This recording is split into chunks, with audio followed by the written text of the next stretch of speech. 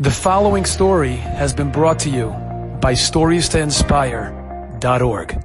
My brother, I have a brother, his name is Baruch Shalom. So he was once asked to officiate at a funeral. This was a secular Jewish family. So he comes to the grave site and he sees there's two groups. There's a group standing on one side and a group standing on another side.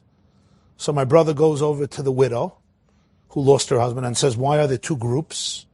So she says, "Oh, these are my two sons. They haven't spoken to each other for 25 years.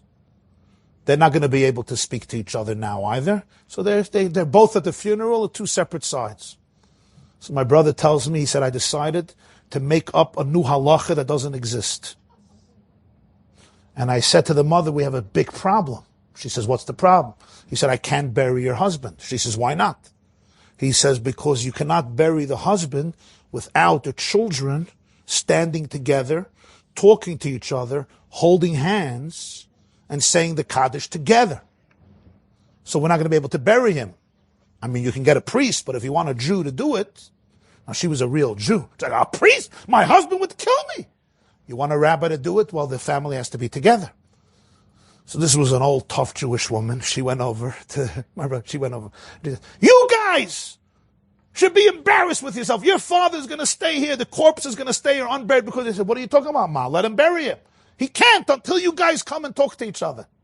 So they came together. They shook hands. They started to talk to each other. And it wasn't so bad. Nobody died. And the father was buried.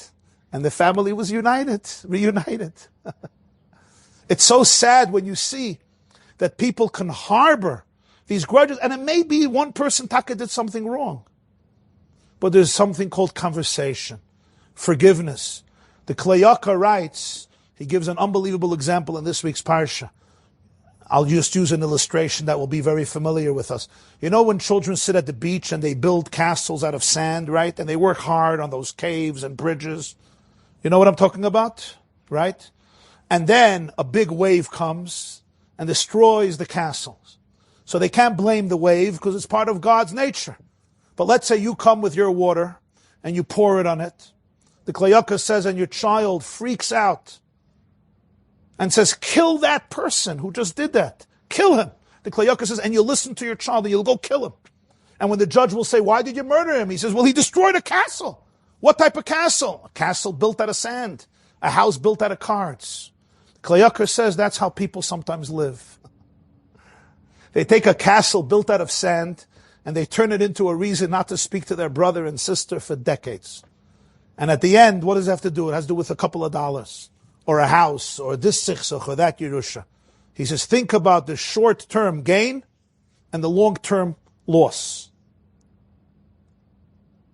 So the world can only live when there's forgiveness. Enjoyed this story? Come again. Bring a friend. StoriesToInspire.org